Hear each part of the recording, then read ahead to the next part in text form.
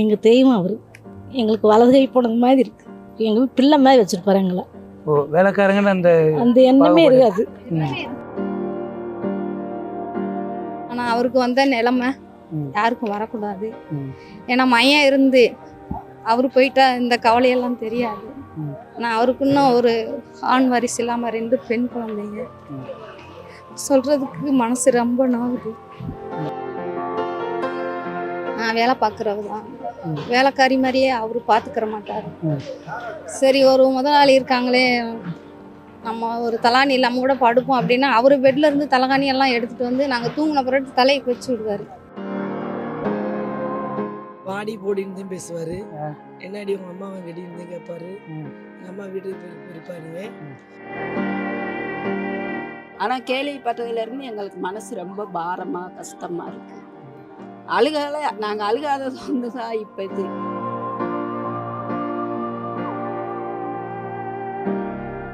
இங்க வந்து எத்தனை வருஷமா வேலை பார்க்குறீங்க? இங்கே வந்து நான் வரமே போவேன். சரி. இந்த பொண்ணு தான் வேலை பார்த்தது. அந்த பொண்ணுங்களா? நான் அங்கே வேலை பார்த்தேன். சரி. இப்போ சார் இடையில வந்து குடும்பத்தோட ஃபேமிலியோட வந்தாங்க, பார்த்தேன். அதுக்கு பிறகு உடம்புக்கு முடியலன்னு சொல்லிட்டு அங்கேயே இருந்துக்கிட்டாரு. இப்போ இறந்துட்டாங்கன்னு சொல்லவும் வந்திருக்கேன் மன வருத்தத்தோட. ஆனால் அவருக்கு வந்த நிலைமை யாருக்கும் வரக்கூடாது. ஏன்னா மையம் இருந்து அவர் போயிட்டா இந்த கவலையெல்லாம் தெரியாது. ஆனால் அவருக்கு இன்னும் ஒரு ஆண் வாரிசு இல்லாமல் 2 பெண் குழந்தைங்க. சொல்கிறதுக்கு மனசு ரொம்ப நோகுது. அவருக்கு வந்து அவர் பேரில் எத்தனையோ ஆளாக்கி விட்டுருக்காங்க, நல்ல முறையாக பொழைக்க வச்சுருக்காங்க. ஆனால் அவருக்கு இந்த நிலம் பண்ணும்போது ரொம்ப தாங்கிக்க முடியாத ஒரு இழப்பு தான் எனக்கு. நான் வேலை பார்க்குறவ தான். வேலைக்காரி மாதிரியே அவர் பார்த்துக்கிற மாட்டார். சரி, ஒரு முதலாளி இருக்காங்களே, நம்ம ஒரு தலாணி இல்லாமல் கூட படுப்போம் அப்படின்னா அவர் பெட்ல இருந்து தலகாணி எல்லாம் எடுத்துகிட்டு வந்து நாங்கள் தூங்கின பிறகு தலைக்கு வச்சு விடுவார். இங்கே வந்து நாங்கள் அவங்கள அப்படிலாம் பார்க்கல, இங்கே தூங்குங்க அப்படின்வார். அப்படி ஒரு மனுஷன். இப்போ மனோஜ் இருந்துட்டு அவர் போனால் ஒரு சந்தோஷம்தான், மையம் பார்த்துக்கிடுவாருன்னு. ஒரு ஆலமரம் ஒரு கோபுரத்தவே அழிச்சிட்டாங்க. வேரும் அழிச்சிட்டாங்க, மரத்தும் அழிச்சிட்டாங்க, கோபுரத்தும் அழிச்சிட்டாங்க. மனசு நோகுது. ஆனால் அவருக்கு வந்து இந்த இழப்பீடு யாருக்கும் வரக்கூடாது. இனிமேல் அவங்க பெண்கள் 2 பேர் மனோஜ் பெண்கள் இருக்காங்க, நல்ல முறையாக சீரும் சிறப்புமாக அவர் எப்படி பேர் எடுத்தாங்களோ அதே மாதிரி அந்த பெண்களுக்கு வந்து பேர் எடுத்து கொடுக்கணும். அவ்வளோதான் என்னுடைய ஆசை, மற்றது எதுவும் இல்லை. அவர் இங்கே வரும்போது அவர் எப்படி பழகுவார்? நல்லா பேசுவார். வேலைக்காரங்க மாதிரியே யாரும் நடத்திக்கிற மாட்டார். நல்லா ஏச்சு வேலை வாங்குவார். அதே மாதிரி பார்க்காம அப்படியே அள்ளி கொடுப்பார். அப்படி ஒரு மனுஷன்தான். அதுக்கு மேலே சொல்கிறதுக்கு எனக்கு இங்கே பாருடி, இதெல்லாம் எப்படி இருக்கு, பார்க்க நல்லா இருக்காடி. நான் நல்லா இருக்கீங்க, என்ன நல்லா இருக்கு. இங்கே நடிக்க சொன்னால் இங்கே நல்லா நடிப்பேன், கேமரா முன்னாடி நடிக்க சொன்னால் நடிக்க மாட்டேன் அப்படின்னாரு. எனக்கு பயமா இருக்குல்லங்க. என்ன அடி பயம், என்கிட்ட எப்படி இழிச்சு பேசுற, அது மாதிரி அவங்க நடிக்க சொன்னா நடிக்கணும்டி அப்படின்னாரு. அப்படியே சிரிப்பாரு. ஒரு சந்தோஷமான விஷயம், சொல்ல முடியாத ஒரு ரசனை இருக்கு. அது எங்களுக்கு இப்போதைக்கு சொல்றதுக்கு சொல்லணும்னு தோணுது. அது எப்படி சொல்றதுன்னு எனக்கு தெரியல. அவர் எப்படி ரசிச்சாரோ அதே மாதிரிதான் நாங்களும் அவர் வீட்டை ரசிச்சு வேலை பார்த்து அழகு பார்த்து வச்சிருக்கோம். உள்ளே நுழைஞ்சோன்னா எங்கே அவளை காணோம் அப்படின்னுவாரு. நாங்கள் போய் இவ்வளோ பெரிய வீட்டில் நம்மளாம் இருக்கோம், எப்பயாவது ஒரு 6 மாதம் ஒரு வாட்டி வராரு, ஒரு 3 மாதத்துக்கு ஒரு தடவை ஷூட்டிங் நேரம் வருவார். இவ்வளோ பெரிய வீட்டில் இப்படி வருவார். இவன் எங்கே போயிட்டா இவ, என் பேர் என்ன பேர், இந்த மீனாட்சி காமாட்சி, அந்த அக்கா அங்கே இருப்பாங்க. அப்படியா, அவளை கூப்பிட்றாங்க அப்படின்வாரு. அப்படின்னுமே தலையை சொரிகிறா பாரு அப்படின்வாரு சைஸா. அப்படியே சிரிக்கிறாரு. அப்பா இப்போ தான்டா கலகலன்னு சிரிக்கிறேன். இங்கே வா, என்ன வேலை பார்த்தேன், நான் வீடு கோயில் மாதிரி வச்சுருக்கீங்க, நீ வச்சிருப்ப எனக்கு தெரியும்ல, நல்ல வேலைக்காரடி, நீ வேலைக்காரினே சொல்லக்கூடாது, என் குடும்பத்தில் ஒருத்தி அப்படின்னாரு. அதெல்லாம் மறக்கவே முடியாது. சொல்கிறதுக்கு எதுவுமே இல்லை, என்னால் தாங்கிக்கவே முடியல. ஆதங்கமாக இருக்குது. இன்னும் எவ்வளவோ சொல்ல வேண்டியது இருக்குது. அவரோட கோயில் மாதிரி இந்த இடத்துல கோயில் குடியிருந்த கோயிலுன்னா தாய் தாப்பியம் கூட ஒரு 4 நாள் நான் 23 வருஷம் அவர் கூட வேலை பார்த்துருக்கேன். அவர் வீட்டில் என்னைய நான் அங்கே இருந்திருக்கேன். அவங்க பொண்டாட்டியாக இருந்தாலும் சரி, அம்மா ஒரு நேரம் வைவாங்க, நல்லா ஆடி இருப்பாங்க. ஒரு நேரம் வைவாங்க, ஒரு நேரம் ஆடி இருப்பாங்க. 2 பேருமே எனக்கு தாய் தாப்பிய மாதிரி தான். அதுக்கு மேலே அவங்க 2 பேரும் அப்படிதான் நான் நினச்சி நல்லபடியாக இன்ன வரைக்கும் அதனால தான் நல்லா இருக்கேன் நான். ஏன்னா என்னது இருந்தாலும் அவருக்கு கொஞ்ச நாள் இருந்திருக்கலாம். ஏன்னா மகனும் பறி கொடுத்து அவரும் போயிருந்ததுனால ரொம்ப பேசுறதுக்கு எனக்கு இவங்க வயிறு, அதனால கொஞ்சம் மன வருத்தமாக இருக்குது. அவங்க ஃபேமிலியெல்லாம் அவங்க வீட்டில் ஒருத்தியாக தான் நினைப்பாங்க. அம்மாவும் அப்படி தான். இப்போ கூட இந்த தோட்டத்துக்கார பையன் அந்த பையன் சொன்னா அப்படி ஒரு வாரம் வந்திருந்தாங்களா, போன வாரத்துக்கு முந்தின வாரம். காமாட்சியை போய் எங்கே இருந்தாலும் போய் தேடி கூட்டிகிட்டு வான்னு சொல்லி ஜனனி சொன்னாங்களாம். அந்த பையன் இப்போ தான் சொன்னான் அப்படி. அதனால் எல்லாமே எனக்கு பாசமானவங்க தான். அவர் அதுக்கு மேலே எனக்கு தெய்வம். குடியிருந்த கோயில் என் குல தெய்வம் அவர். அவ்வளோதான். சரிக்கா. அக்கா உங்கள் பேருங்கக்கா? முனியம்மா. இங்கே பாரதிராஜா சார் இங்கே தோட்டத்தில் எத்தனை வருஷமாக வேலை பார்க்குறீங்க? அது 15 வருஷம் வேலை பார்க்குறோம். 15 வருஷமா? 15 வருஷம் வேலை பார்க்குறோம். ஓகேங்க. இப்போ பாரதிராஜா சார் உயிரிழந்துட்டார்னு செய்தி கேட்டோன்னே உங்களுக்கு எப்படி இருந்தது? அப்படியும் எங்களுக்கெல்லாம் உணர்வே இல்லாத மாதிரி ஆகிப்போச்சு. ரொம்ப கஷ்டமாக இருக்குது எங்களுக்கு. எங்கள் தெய்வம் அவர். எங்களுக்கு வலது கை போனது மாதிரி இருக்கு. வந்தாருன்னா ரொம்ப நல்லா தான் பார்த்துக்குருவார். அதெல்லாம் சொல்ல முடியாதுங்க. எங்கள் பிள்ளை மாதிரி வச்சுருப்பாரு எங்களை. ஓ, வேலைக்காரங்கன்னு அந்த எண்ணமே இருக்காது. அந்த எண்ணமே இருக்காது. பிள்ளை மாதிரி தான் வச்சுருக்காரு. எங்களுக்கு நல்லா ஹெல்ப் பண்ணுவாங்க, செய்வாங்க. அதெல்லாம் அங்கேயே தங்கி வருவேன். நான் வேலை பார்க்க இருப்பேன். நைட் மகள் இங்கே வந்தாருன்னா இங்கே தான் இருப்பேன். நான் இங்கே தான் இருப்பீங்க? இங்கே தான் இருப்பேன். அவங்களோட ஃபேமிலியோட எல்லாரும் பாசமாக இருப்பாங்க. அம்மா ஜனனி அம்மா எல்லாமே நல்லா பாசமாக இருப்பாங்க. அவங்க விரும்பி சாப்பிட்ற உணவு பாரதிராஜா சார் இங்கே வந்தாருன்னா நீங்கள் தான் சமைச்சு கொடுப்பீங்க. விரும்பி எது சாப்பிடுவாங்க? வெண்டிக்காய் சாப்பிடுவாரு, பாவக்காய் சாப்பிடுவாரு, இந்த ஒரு மாதிரி நாட்டுக்கோழி குழம்பு சாப்பிடுவாரு, ஆட்டு மண்டை மீன் மண்டை சாப்பிடுவாரு. நல்லா ருசி சாப்பிடுவாரு. சென்னை கெளுத்தி மீன் நல்லா சாப்பிடுவாங்க சார். நல்லா பிரியமா சாப்பிடுவாரு. அவருக்கு கொடுத்து வைக்கல. என்ன செய்ய அதெல்லாம் சொல்ல முடியாது. அவர் இங்கே பல நாட்கள் வந்துட்டு போயிருப்பாங்க. அவர் கூட ட்ராவல் பண்ணியிருக்கீங்க. திடீர்னு இல்லை அப்படின்ட்டு உணர்வுகள் இருக்கு. எங்க வீட்டுக்காரெல்லாம் இறந்து இப்போ 40 நாள் தான் ஆகுது. அதெல்லாம் ரொம்ப கொடுமை. அதெல்லாம் மறக்க முடியாது. அதுக்கு மேலே நாங்கள் இவரை வச்சுருந்தோம். நாங்கள் அவ்வளோதான் இருந்துச்சு. என்ன செய்ய. அக்கா இப்போ பாரதிராஜா சார் உங்களுக்கு என்ன வேணும்? பெரியப்பா வேணும். பெரியப்பா. ஒரு பங்காளி விட்டாளுங்க. இப்போ பாரதிராஜா சாரோட இறப்பு செய்தி கேட்டோன்னு உங்களுக்கு எப்படி இருந்தது? எங்களுக்கு வேலையே செய்ய பிடிக்கல. ரொம்ப கஷ்டமாக இருந்துச்சு. மெட்ராஸ் போகலாமுக்கு இருந்தோம். கடைசியில் இங்கேயே கொண்டு வரேன்னு சொல்லிட்டாங்க. அதனால வெயிட் பண்ணிக்கிறோம். நீங்கள் பார்த்துருக்கீங்களா? அவங்க கூட பேசியிருக்கேன். வருவார். வந்து தீபாவளிக்கெல்லாம் 1000 ரூபா கொடுப்பாரு. சேலை எடுத்துக்கங்கன்னுவார். அப்படியே அந்த காசை நாங்கள் சூதானமாக வச்சுருப்போம். அந்த காசு சேலை எடுக்காமல் காசவே சூதானமாக வச்சுருந்தோம் இவ்வளோ நாள். அவர் உங்ககிட்ட பேசும்போது என்ன மாதிரி எப்படி பாடி போடின்னு தான் பேசுவார். என்னாடி உங்கள் அம்மாவை கெடின்னு தான் கேட்பாரு. எங்கள் அம்மா வீட்டுக்கு பெரியப்பானுவே அப்படி நார்மலாக தான் பேசுவார். கொஞ்சம் வசதி ஐட்டம்னு பேச மாட்டார். நார்மலாக நடந்து வருவார். நார்மலாக பேசிட்டு தான் வீட்டுக்குள்ளே போவார். அவங்க சின்னம்மா வீட்டுக்கு வருவார். அவருக்கு இங்கே அரைச்சி வைக்கிற குழம்பு தான் பிடிக்கும். இங்கே? ஆமாம்.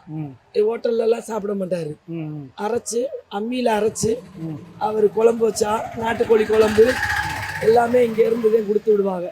அவர் அங்கே பங்களாவில் இருப்பார். அவங்க கார் டிரைவர் வாங்கிட்டு போவாங்க. இங்கே என்ன சமைக்கிறாங்களோ அதை கொடுத்து விடுங்க, வீட்டு சமையல் தான் எனக்கு பிடிக்கும், ஹோட்டல் வேணாம்னு நல்லா அரைச்சி வச்சு குழம்பு நல்லா சாப்பிடுவார். களி நல்லா சாப்பிடுவார். அப்படி நல்லா எல்லாம் கரெக்டாக வச்சுக்கிடுவார். உடம்புகளை அதிகமாக சாப்பிட மாட்டார்.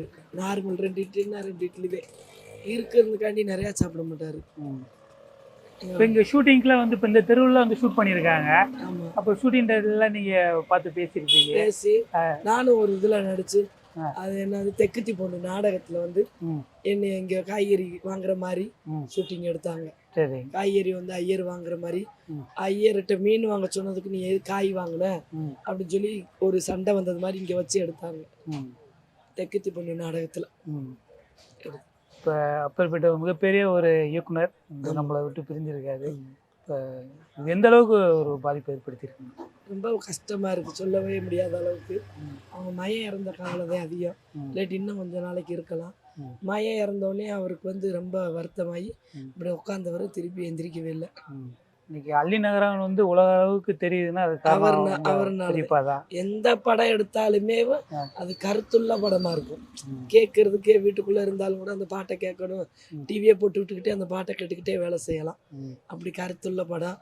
பொம்பளை பிள்ளைகளை வந்து எப்படி வளர்க்கணும், படிக்க வைக்கணும் எல்லாம் கொண்டுக்கு வந்த படம் அவர் எடுக்கிறதெல்லாம். பொம்பளை பிள்ளைய நம்ம கள்ளிப்பாலை ஊற்றி கொண்டுறதெல்லாம் வெளியே கொண்டு வந்துட்டு அமுக்கிட்டாரு. வெளியே பிள்ளை செய்கிறத நாங்கள் என்ன செய்கிறோமோ அதை வெளியே காட்டினாரு, அதை நுப்பாட்டினாரு. அப்படிலாம் செய்கிறாங்கன்னு சொல்லி எல்லாத்துக்கும் வெளியே தெரியப்படுத்தினாரு. பிள்ளைய பிறந்தோடனே நைட்டுக்கு கத்திக்கிருக்குங்க பிள்ளைய, காலையில் வந்து பார்த்தா வாசப்படியில் புதைச்சிருவாங்க. எல்லாமே அவர் எடுத்து எடுத்து அதை காட்டி வெளியே கொண்டு வந்துட்டு அமுக்கிட்டாரு. ஒரு மிகப்பெரிய மாற்றத்தை உருவாக்கி இருக்காரு சினிமா மூலியமா. ஆமாம். ஓகே, பெண்கள் பாதுகாப்பு ரொம்ப பாட்டெல்லாம் யார் வேணுமாலும் கேட்கலாம், அவ்வளோ இதாக இருக்கும், தெளிவாக இருக்கும் பாட்டுக. அவர் சொல்கிற கதை எல்லாமே நல்லா இருக்கும். ஏன்னா பாரதி ராஜா சாருக்கும் இளையராஜா சாருக்கும் ஒரு மிகப்பெரிய ஒரு நட்பு இருக்குது. அவங்க 2 பேர் காம்பினேஷன்னாலே படமும் சரி பாட்டும் சரி மக்கள் மிகப்பெரிய வரவேற்பு கிடைக்கும். ஒரு 2 பேருமே அவர் வந்து பாட்டு இதுக்காக, இவர் வந்து கதை. அவர் பாட்டுக்கு நல்ல பேர் போனவர், இவர் கதை. இவர் சொல்கிறது எல்லாத்துக்கும் பிடிச்சிக்கிறோம். அதனால் இவர் ரொம்ப முடியாமல் இருக்கும்போது கூட போய் ஷூட்டிங் கூப்பிட்டுருக்காங்க, 2 நடிச்சிருக்காரு. நாங்கள் பையன் இறந்தப்போ போயிருந்தோம் மெட்ராஸ்க்கு. அப்போ இவர்னாலே முடியலை, அப்பையும் கூட ஷூட்டிங்க்கு வாங்கன்னு கெஞ்சி கூப்பிட்றாங்க. உங்களை முன்னக்கூடியே நான் சொல்லிட்டேன், நீங்கள் வாங்க, முன்னக்கூடியே உங்கள்கிட்ட நான் பேசிட்டேன், நீங்கள் வந்தாலே வரணும்னு கையெடுத்து கும்பிட காலை பிடிச்சி கும்பிட மாதிரி இருந்தாங்க. எல்லா சினிமா நடிகர் கூட அவர்கிட்ட தான் அன்றைக்கி உட்காந்துருந்தாங்க. மையம் இறந்த அன்னைக்கு எல்லா பேருமே அவர் காலுக்கடியில தான் உட்காந்தாங்க. எம்மந்தண்டி ஆளாக இருந்தாலும் கீழே போய் காலை விட்டு கும்பிடாமல் உட்காந்து உட்காந்துருந்தாங்க. அவர் இழப்பு ஈடு செய்ய முடியாது. ஆமாம், ரொம்ப வருத்தம். ஏன்னா அவர் இன்னும் கொஞ்சம் நாளைக்கு இருந்தாலும் கூட இன்னும் கொள்ள நடிகர்களை நல்லா இன்னும் கொள்ள இவங்களை வாழ வச்சுருப்பார், வழிகாட்டுறவர். கொஞ்ச நாளைக்கு இருந்திருக்கலாம். 100 வயசு 150 வயசு வரைக்கும்லாம் இருக்காங்கல்ல, மனக்கவலை அவருக்கு.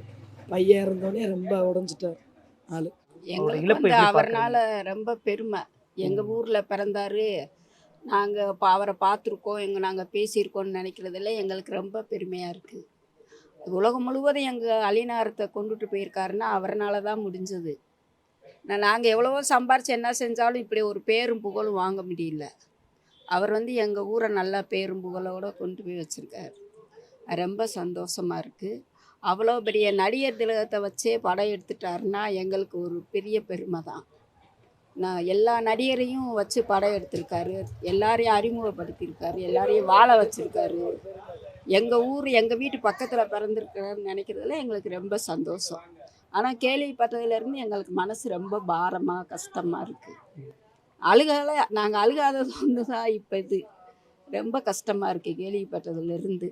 ஏன்னா வந்தால் இவங்க ஏழை, இவங்க பணக்காரு, இவங்க கூட பேசணும், அவங்க கூட பேசக்கூடாதுலாம் நினைக்க மாட்டார். எல்லாத்தையும் ஒரே மாதிரி ஹாய் நல்லா இருக்கீங்களா, எப்படி இருக்கீங்க அப்படின்னு கேட்டுருவார்.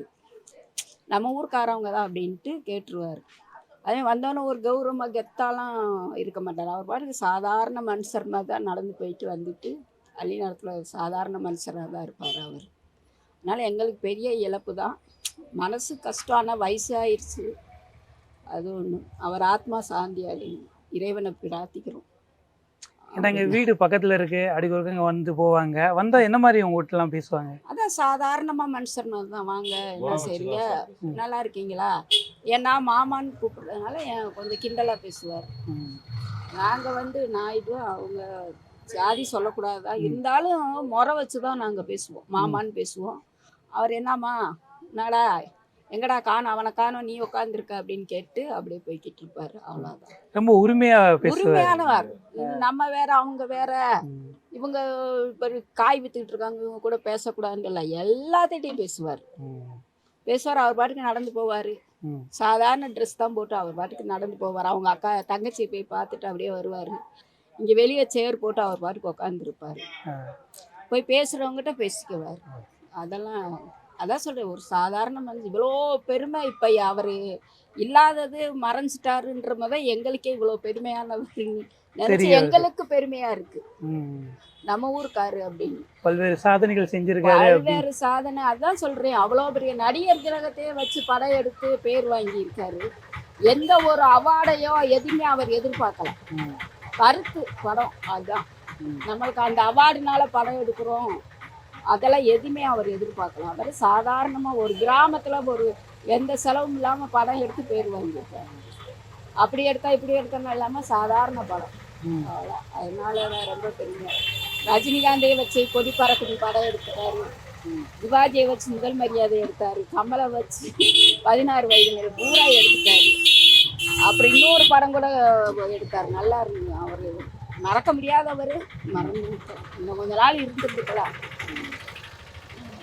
அவர் ஆத்மா சாந்தியை பிரார்த்திக்கிறோம்.